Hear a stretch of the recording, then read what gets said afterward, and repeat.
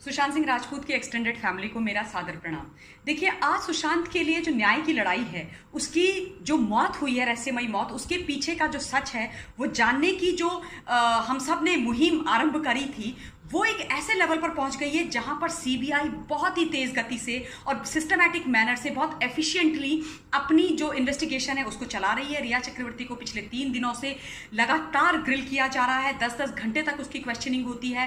Proper format में उसके लिए क्वेश्चंस तैयार किए गए हैं और वो प्रश्न उससे पूछे जाते हैं। ईडी ने बात करी है, सीबीआई बात कर रही है, एनसीबी जो है नारकोटिक्स डिपार्टमेंट जो है वो भी मुंबई में है और वो भी अपना काम कर रहा है। तो अब ये लगता है कि न्याय हो करके रहेगा। वो बच्चा जिसको बहुत ही रहस्यमयी तरीके से मारा है इन लोगों ने, उसकी जो मौत हुई है और मुंबई पुलिस और वहां की सरकार जो सच्चाई छुपाने की कोशिश कर रही थी, अल्टीमेटली वो सच्चाई सामने आएगी। और इसके लिए आप सब यानी कि एसएसआर की एक्सटेंडेड फैमिली को बहुत बहुत धन्यवाद। आप सब लोगों ने ये लड़ाई लड़ी है, हम सब लोगों ने एक दूसरे का वर्चुअली हाथ पकड़ के रखा, इसीलिए आज इस स्तर पर हम पहुंचे हैं कि हम लोगों से सच्चाई निकलवा पा रहे हैं और इतना प्रेशर आया कि ये केस सीबीआई को दिया। इसके लिए मैं सेंट्रल गवर्नमेंट का भी बहुत धन्यवाद देना चाहती हूँ, बिहार की सरकार का बहुत धन्यवाद देना चाहती हूँ, क्योंकि उन्होंने भी बहुत साथ दिया, सपोर्ट किया हम सभी लोगों का। आज कुछ लोग ये कहते हैं और ये मानते हैं कि ये लड़ाई इसने लड़ी उसने लड़ी। मैं कहती हूँ जिसने भी लड़ी, अगर एज लॉन्ग एज न्याय के लिए लड़ रहे हैं बहुत अच्छी बात है, क्योंकि हमारा जो अल्टीमेट मकसद है, जो हम डे 1 से लड़ाई लड़ रहे हैं, उनका ये मकसद है कि किसी भी तरीके से सुशांत को न्याय मिल जाए। देखिए, कुछ ऐसे चैनल्स हैं जिन्होंने एक मुहिम चला करके रखी हुई है, जो ये प्राइम सस्पेक्ट है, जो नामजद है इस केस में, जिस पर एफआईआर हो रखी है, परिवार का पूरा शक है कि उसने एसएसआर की मौत करवाई है, हत्या का भी केस चल सकता है और नारकोटिक्स का इतना भयंकर केस रिया चक्रवर्ती के ऊपर निकल करके आ रहा है, उसका महिमा मंडन कर रहे हैं और उसी श्रृंखला में परिवार का कैरेक्टर असैसिनेट कर रहे हैं। वहाँ शिव सैनिक और एनसीपी के जो नेता हैं वो सारे लोग तो कर ही रहे थे, कुछ ये जो जर्नलिस्ट हैं वो भी कर रहे थे और उसमें कुछ और जर्नलिस्ट और चैनल्स भी जुड़ गए हैं।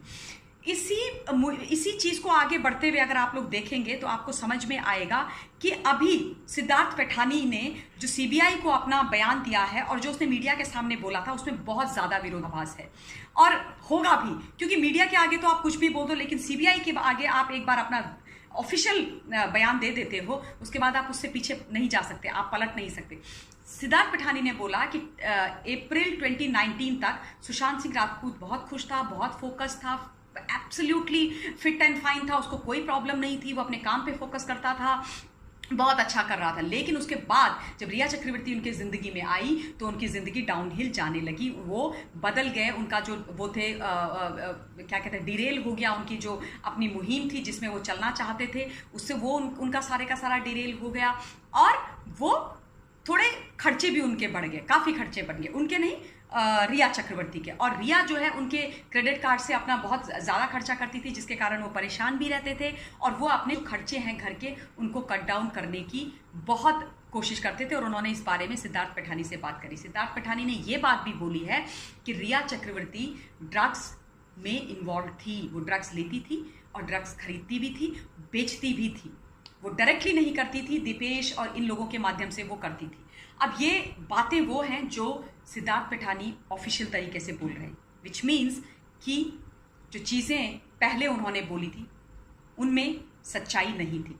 ये वही सिद्धार्थ पैठानी हैं जिन्होंने एफआईआर होने के बाद रिया के ऊपर उसके फेवर में मुंबई पुलिस को मेल लिखी थी। ये बात पब्लिक नहीं कर रही है, ये हम लोग बात नहीं कर रहे हैं, ये कोई कंस्पिरेसी थ्योरी नहीं है, ये बात सिद्धार्थ पैठानी कर रहे हैं जो लास्ट समय तक उस घर में थे जहां पर सुशांत की मौत हुई।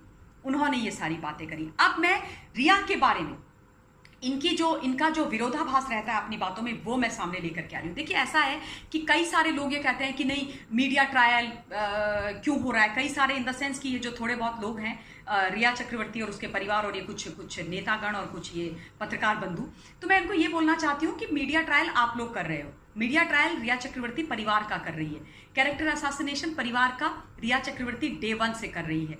ये लड़की के बातों में इतना विरोधाभास है, ये इतना मतलब एक बार में कुछ बोलती है, दूसरी बार में कुछ बोलती है, उससे साफ पता चलता है कि ये गिल्टी है, ये बहुत सच्चाई जानती है और उनको छुपाने की कोशिश कर रही है। जब इसने कुछ टाइम पहले मिस्टर सरदेसाई को एक इंटरव्यू दिया था तो उसमें इसने बोला था कि मैं आपको इंटरव्यू इसलिए दे रही हूं क्योंकि सुशांत मेरे सपने में आया और उसने मुझे बोला कि तुम जाकर के इंटरव्यू दो, अपनी इनोसेंस प्रूफ करो जनता के सामने और उनको ये बताओ कि तुम्हारा और मेरा रिलेशनशिप कितना अच्छा था, इसलिए मैंने आकर के आप सबसे बात करी। लेकिन एक दूसरा चैनल है जिसमें ये मैडम कहती हैं कि ये सारा जो मीडिया ट्रायल चल रहे हैं, जो लोग मेरे बारे में यानी आप और हम जो इतनी गंदी गंदी बातें बोल रहे हैं, उसकी वजह से मेरी माँ जो है बहुत ही ज़्यादा पर मेंटली बहुत परेशान हो गई है, उनका मेंटल जो हेल्थ है वो बहुत ख़राब हो गया है, वो एक आधे दिन में हॉस्पिटलाइज्ड हो जाएंगी, उनको एंजाइटी अटैक्स आने लगे हैं और उनकी स्थिति, उनकी कंडीशन देख करके ही मैं मीडिया के सामने आई हूं।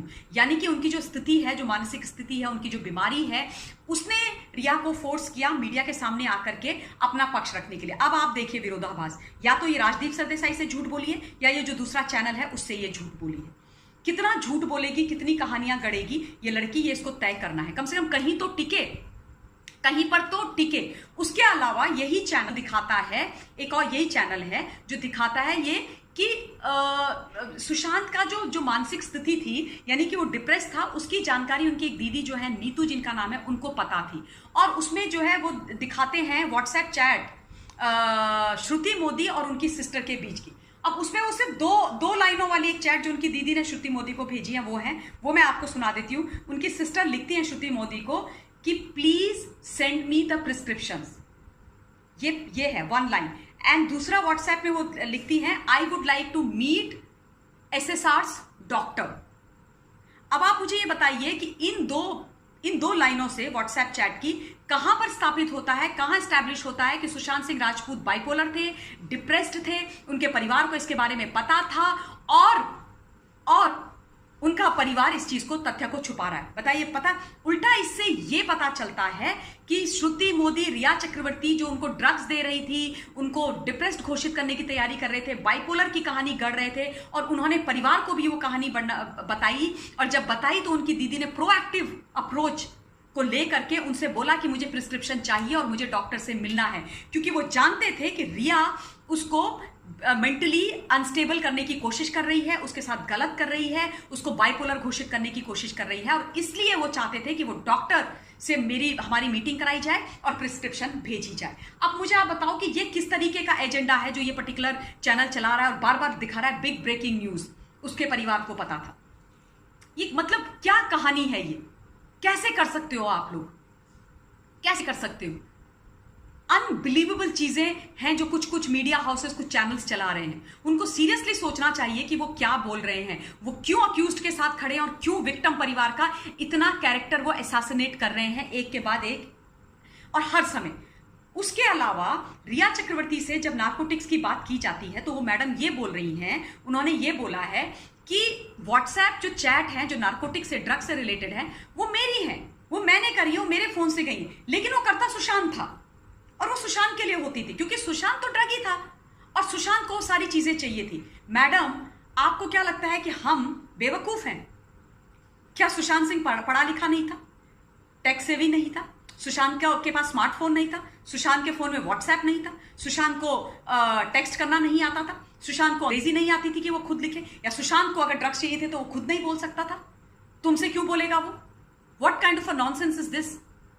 What kind of a new narrative you are trying to peddle now? And if you think कि आप इसको कर सकती हो तो we are sorry मैडम चक्रवर्ती। मैं एटलीस्ट आपको ये बता दूं कि मैं आपका एक एक चीज बहुत ध्यान से सुनती हूँ, उसको एनालाइज करती हूँ, अंडरस्टैंड करती हूँ, उसके बाद अपने दोस्तों से, अपने साथियों से, अपनी टीम से, अपने परिवार से बात करने के लिए आती हूँ। तो अगर तुम इस गलत फहमी में हो तो इस गलत फहमी में तुम रहना मत। इसके अलावा ये मैडम क्या कहती हैं चैनल्स में जाकर के, जो इनके अभी पसंदीदा चैनल्स हैं उनमें जाकर के मैडम ये बात करती हैं कि मुझे उन लोगों से ये बात करनी है जो लोग सुशांत की मौत का मजाक बना रहे हैं, यानी आप और हम मौत का मजाक बना रहे हैं कि उसकी मेमोरीज जो थी, खूबसूरत यादें जो थी, उनको बूचर मत करो। तुम लोग उसकी यादों को, उसकी खूबसूरत मेमोरीज को बूचर कर रहे हो, खत्म कर रहे हो।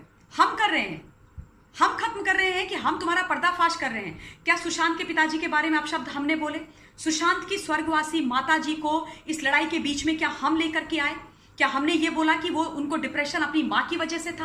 क्या हमने मोलेस्टेशन का केस उनके सिस्टर पर लगाया? क्या हमने ये बोला कि सुशांत सिंह स्किज़ोफ्रेनिक थे, बाइपोलर थे, डिप्रेस्ड थे, क्लॉस्ट्रोफोबिक थे, मोडाफिनिल लेते थे? और क्या हमने सुशांत सिंह राजपूत को ड्रगी बताया? क्या हमने बोला कि वो ड्रग्स लेते थे? ये हमने बोला है कि तुमने बोला है? तो बूचर कौन कर रहा है उसकी जिंदगी को? बूचर कौन कर रहा है उसकी यादों को? बूचर कौन कर रहा है उसकी पूरी तमाम जिंदगी और उसकी सारे उसका जो इतना खूबसूरत जिंदगी चरित्र वो छोड़ कर गया था? कौन बूचर कर रहा है? पहले तुमने उसको बूचर किया असल में, अब तुम उसकी सारी जो इमेज है, जो छवि है, उसको बूचर कर रही हो कि इल्जाम हम पर लगा रही हो। सारे कुकर्म तुम करो और उसके बाद खड़े होकर के आप यहां पर आके ये बोलो कि हम कर रहे हैं। ये बताओ कि हमने क्या बोला? मैडम, हमने तो आपके बारे में भी कुछ नहीं बोला। सिर्फ जो आप करती हो उसको पब्लिक करते हैं, हम उसको उजागर करते हैं। क्योंकि जो गुनहगार होता है ना, चाहे वो कितना भी शातिर हो, वो पीछे सबूत छोड़ता है। इसीलिए जब आप बात करती हैं, आपकी बातों में ऊपर से नीचे तक विरोधाभास होता है, और वो विरोधाभास हमको दिखता है और हम बात करते हैं और करेंगे, क्योंकि हमारा जो एम है वो ये है कि सुशांत सिंह राजपूत को हमें न्याय दिलाना है। ये नार्कोटिक्स का जो तमाशा है, ये बॉलीवुड का गंदा, घिनौना, घटिया जो चेहरा है, उसको हमको सामने लेकर के आना है। आप सबको, तमाम लोगों को बेनकाब करना है। ये जानना है कि महाराष्ट्र की सरकार किसको बचाने की कोशिश कर रही थी। महाराष्ट्र की सरकार तो गिर जानी चाहिए। इनको तो नैतिक जिम्मेदारी लेकर के रिजाइन करके घर बैठ जाना चाहिए। एक बच्चे को न्याय नहीं दिला पाए, दिशा सैलियान कैसे मरी, हमें ये जानना है। और ये लड़ाई हम लड़ते रहेंगे। जिसको जो बोलना है बोले, जिसको जो करना है करे। धन्यवाद। जय हिंद।